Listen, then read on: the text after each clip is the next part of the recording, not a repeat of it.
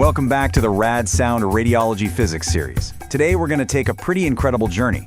We're going to follow a single X-ray photon, all the way from the moment it's created to the second it helps form a diagnostic image. It's really the story of how pure, invisible energy becomes a picture that can literally save a life. You know, when you think about it, every single X-ray we see is a complex story. It's a narrative written with a form of energy we can't even see. And it's a story that reveals the secrets hidden inside the human body. Everything from a tiny fracture to a serious life-threatening condition. So, the big question is, how does that story get written? How do we actually take this invisible energy and turn it into a clear, detailed picture that a doctor can use? Well, that's exactly what we're going to break down in this explainer. And it all starts with one fundamental idea. Everything, and I mean everything, in this process comes down to one word: contrast.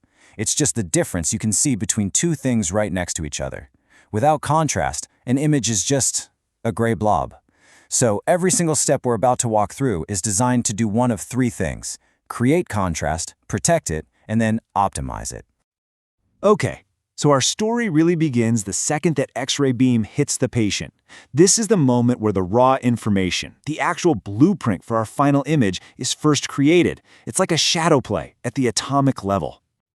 The key process here has a bit of a technical name: differential attenuation, but it's really a simple idea. As X-rays shoot through the body, some get absorbed, some get scattered, and some just pass right on through. And the crucial part is that different tissues, like bone, muscle, and air, do this in very different ways. That's what creates the initial pattern. And this table really shows you just how dramatic those differences are. I mean, look at bone. It absorbs a whopping 80% of the photons that hit it. Now compare that to the lung, which is mostly air. It lets 90% of them sail right through. This incredible difference is exactly why we can see a bright white rib against the dark lung tissue behind it. This, right here, is the birth of image contrast. So all those photons that actually make it through the patient are what we call the remnant beam. You can think of it as an invisible message, a pattern of energy that carries all the useful anatomical information. But, and this is a really important but, it also carries a whole lot of noise. And this slide breaks down those two parts of the message perfectly. On one side, you have the pure signal. These are the primary photons that traveled in a straight line, carrying clear information. On the other side, you've got the noise. This comes from scattered photons that have bounced around inside the body like pinballs. They end up hitting the detector in the wrong spot, adding this layer of fog that just degrades our beautiful signal. As Dr. Jafar so perfectly puts it, scatter is the enemy of contrast. It's basically the main villain in our story. Anytime you're imaging a thick body part, say an abdomen or a pelvis, the biggest challenge you face as a technologist is winning the battle against that scatter. All right, so we've got our invisible message, the remnant beam. Now what? The next big challenge is to actually capture that message and translate it into something we can see, a visible image made up of pixels on a screen. Now, there's another kind of noise we have to deal with, and it's called quantum Mottle, because photons are these tiny individual particles that arrive at the detector in a totally random pattern. If you don't use enough of them, the image looks grainy and noisy. It's just a statistical thing. And this brings up the fundamental trade-off between image quality and radiation dose. So here's what that looks like. This image was made with a relatively low number of photons. See that grainy, almost salt and pepper texture? That's quantum Mottle, and it makes it really hard to see fine details clearly. And now, look at the difference when we use 10 times more photons. The image is dramatically smoother. It's clearer.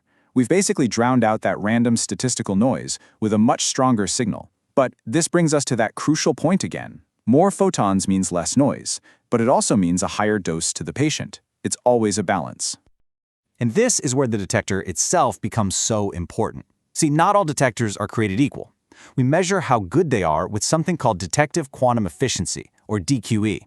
The easiest way to think about it is like a batting average for the detector.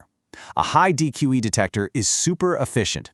It makes the most of every single photon it catches, giving us a really crisp, clear image at a much lower dose. And that's a huge win for both diagnosis and patient safety. And you can really see the massive technological leap right here on this chart. The old film screen systems, they were only about 20% efficient. That means they were wasting 4 out of every 5 photons. Modern direct radiography, or DR systems, can hit 60% efficiency or even higher. This is the main reason why modern tech lets us slash the radiation dose while actually getting better images. It's been a total revolution for patient safety. Okay, so we've created the blueprint with differential attenuation, and we've decoded it with our detector. Now, let's put it all together and talk about what makes a truly great diagnostic quality image.